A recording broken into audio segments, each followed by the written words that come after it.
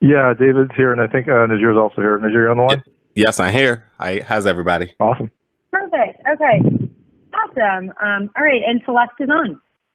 All right. Celeste, thank you so much for your time. Hello. How's it going? It's going. It's going for sure. How are you guys? I guess that'll be a new question we do for every one of these interviews. Like, how are you doing personally? Right. Yeah. Again, thank you so much for taking time to chat with us. And you're obviously local to us, right up the street in Baltimore. Yeah, I'm very excited to talk about your character, Paloma, from Sheila and the Spades. And I think it's a really important character. And I would love to hear your thoughts about this as well. But playing a character who, like, within this film, you see grow confidence as she just becomes more strong, powerful, and just her relationship that she grows with Sheila in this. Can you really talk about a character who's just empowered and like a woman in charge? And I think it's so important because, especially in an atmosphere such as that, like a boarding school, and in pretty much a message that needs to be, on display in a time like today. Could you talk about capturing a character like that? Yeah. So it was a really fun opportunity as an artist to be able to portray this character that hopefully a lot of people will relate to and hopefully will inspire people. I think it's been increasingly important to show women, and especially women of color, in positions of power. So yeah, that was really important to me. And I think the development and the growth of Paloma was also, so it wasn't just the end point of her being confident, but it was also the development and the growth to that point that I think was also important. And yeah. So hopefully that character will inspire other young women to think about their own personal development, their own growth, and inspire some confidence, because it really is important to me to show women and women of color in leadership positions. And it's important for so many reasons, especially in today's political climate, I think. True. And let me kind of jump off of that. One of the things I really loved about this film is that, you have Selah and you have your character both kind of in charge of this faction.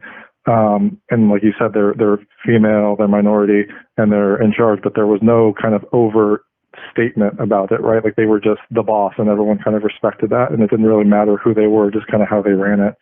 So I don't know if that was something that appealed to you about this role, or if that was something that was overtly in the plot, if that's just kind of how you all portrayed them. Can you speak on that?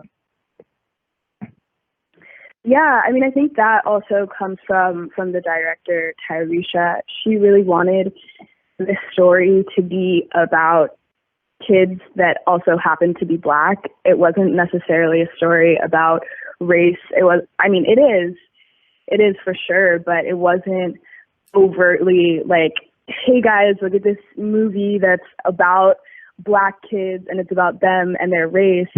It was a story that was meant to show us as kids and show us making mistakes and show us being mean or manipulative, but not being criminalized for it or not being punished for it. And so the story was kind of meant to show kids being kids and Black kids being kids.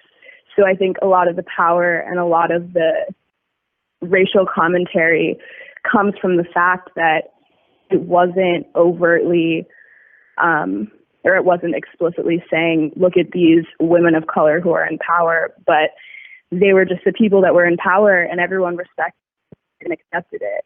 So I think that's where a lot of the power of the story comes from. True. I mean, if it's ever going to just be normalized, like it just kind of has to be the fact of life. You can't really point it out. It's just hopefully at some time it'll just kind of be the way it is. So exactly. Exactly. That's like the end goal. Long term. The long-term goal. It should just be like this. I want to ask, do you find more of your personal self in Selah or in Paloma? That's a really good question. I think I'm definitely somewhere in between the two. I think I'm definitely a mix because I think I really relate to Paloma and her journey of personal growth and her journey of development in a lot of ways. I feel like I went through a similar journey, that it wasn't just like one day I woke up and was like, I'm confident and I'm confident in my Blackness. It was a journey for sure for me. But I think I also relate to Selah in the sense that like she really wants to be in control of what's happening with her life. She really wants to be in control of the things around her. She wants to be in control of the spades and be able to make decisions. And so I think I relate to her a lot on that level. Nice. And so going back to kind of how your relation with your character Paloma, in the film, she's kind of the artistic photographer person. Is that something that you also share, or was that all just for the movie? Yeah, it's definitely something that we have in common. It's also something that I know Tyresha said that she put a little bit of herself into all of these characters, and the photographer side of Paloma definitely also comes from Tyresha. Being a creative, she was also a photographer.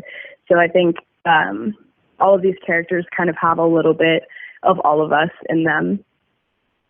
Yeah, I love that aspect of it because it lets you kind of just see through your lens, and you can appreciate these beautiful shots without having to have any, dialogue or anything on top of that. You can just kind of watch the movie, be the movie.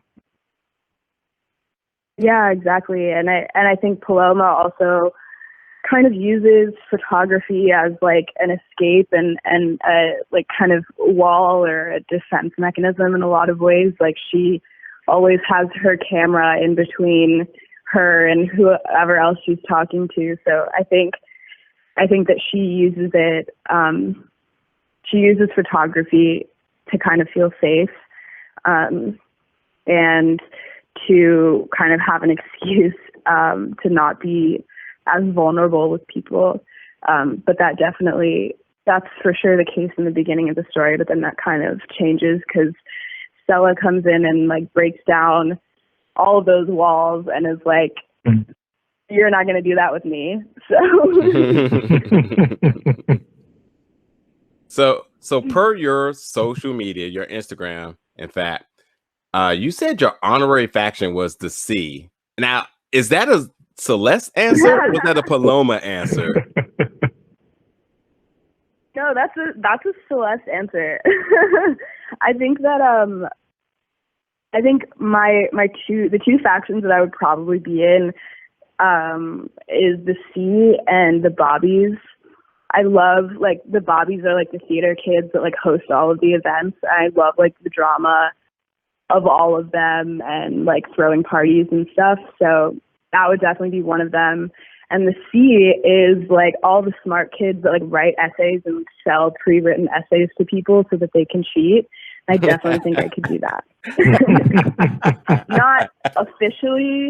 Not officially condoning cheating, but if I were to be in a faction, I would definitely write essays for people. Yeah, you could hang. You'd be upset about it, but you could do it. Yeah. I wouldn't be happy about it. But.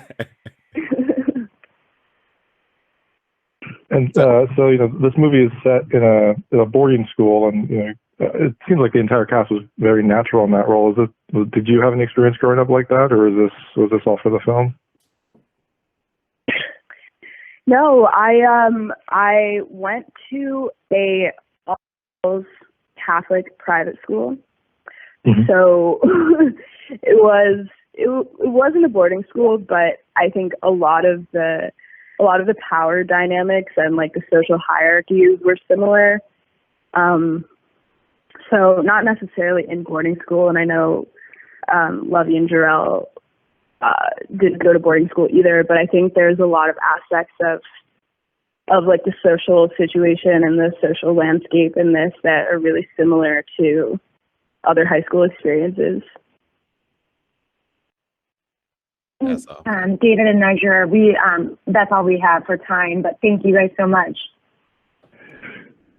Thank you All so right, well, much for your time. Thanks so much for carving out the time for us, and and I'll look forward to watching Saw and the Spades this Friday on Amazon.